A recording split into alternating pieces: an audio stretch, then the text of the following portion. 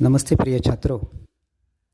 आज का वीडियो है दूसरी इकाई कक्षा 10वीं पद्य क्रमांक 1 बरसे ही जलद, जिसके रचयिता है गोस्वामी तुलसीदास। इनका जन्म 1511 बांदा उत्तर प्रदेश में हुआ और मृत्यु 1623 वाराणसी उत्तर प्रदेश में हुई।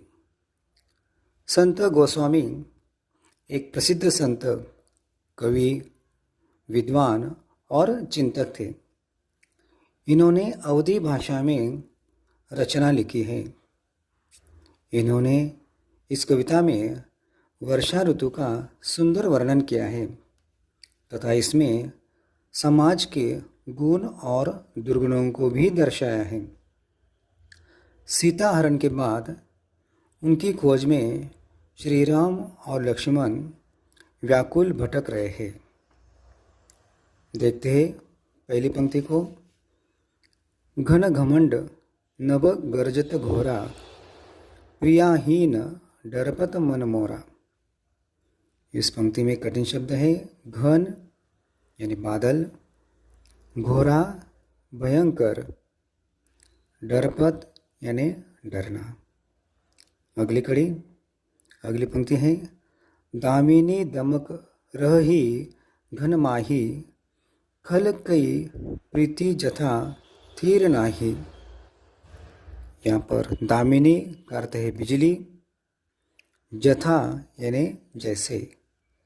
आसमान में बिजली ऐसी चमक रही है जैसे दुष्ट व्यक्ति की मित्रता स्थिर नहीं होती है। आगे की पंक्ति है। बरस ही जलद भूमि निहराए, तथा नभी बुधो विद्या पाए।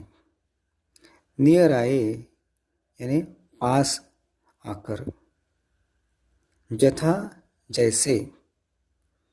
नवही का अर्थ यहाँ पर विनम्र हो जाते हैं। बुध यानी विद्वान, विद्या पाए।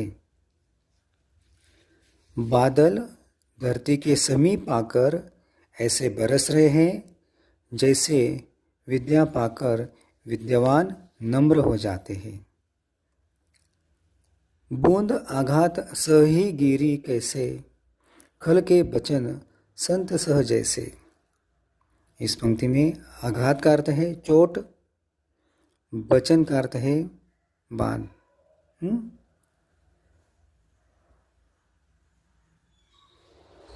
बूंदों की चोट पहाड़ ऐसे सह रहे हैं, बूंदों की चोट पहाड़ ऐसे सह रहे हैं जैसे दुष्टों के वचन संत सहा करते हैं।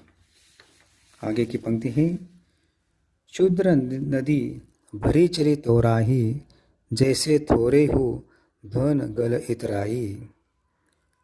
क्षुद्र यानी छोटी, तोराई तोड़कर, थोरे हो यानी थोड़ा सा। प्रिय छात्रों, इसका अर्थ है छोटी छोटी नदियाँ पानी से भरकर किनारों को तोड़कर इस प्रकार बह रही है जैसे थोड़ा सा धन आने के बाद दुष्ट व्यक्ति इतराने लगता है। भूमि परत भा डाबर पानी, जनु ज्यो ही माया लपटानी। इस पंक्ति में ढाबर का अर्थ है मटमैला, जनु यानी जैसा, लपटानी यानी लिपटना।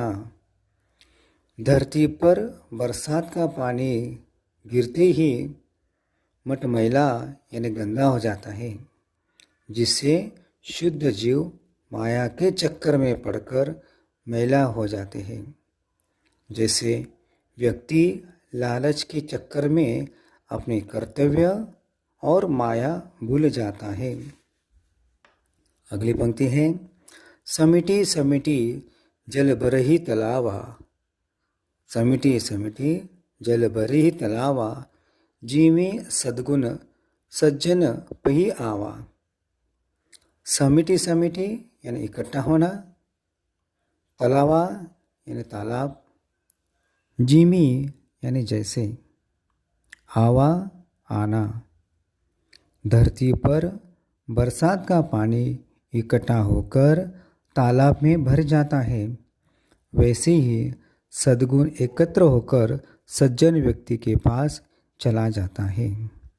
आगे की पंक्ति है, सरिता जल जलनिधि मुँह जाई, होई अचल जिमी जीव हरि पाई।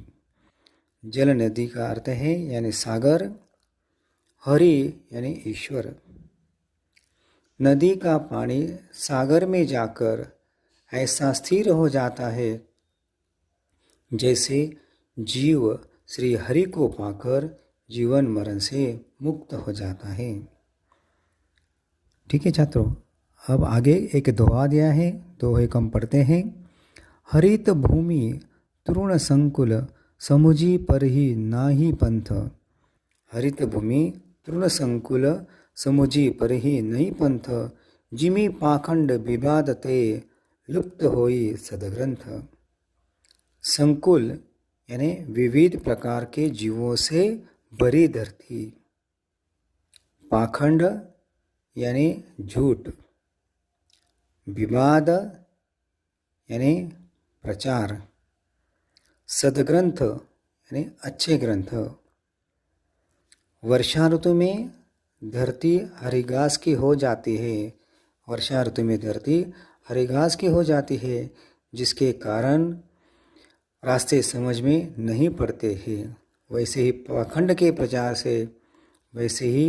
पाखंड के प्रचार से सदग्रंथ लुप्त हो जाते हैं। तो प्रिय छात्रों, दूसरी इकाई कविता क्रमांक 1 बरसई जलद, जिसके रचयिता हमने आपको बताया गोस्वामी तुलसीदास जी हैं। तो यहाँ तक हमने इस कविता को पढ़ा है। अब इस कविता पर निर्भर जो कृति पत्रिका है वो आपको PDF के रूप में दी जाएगी।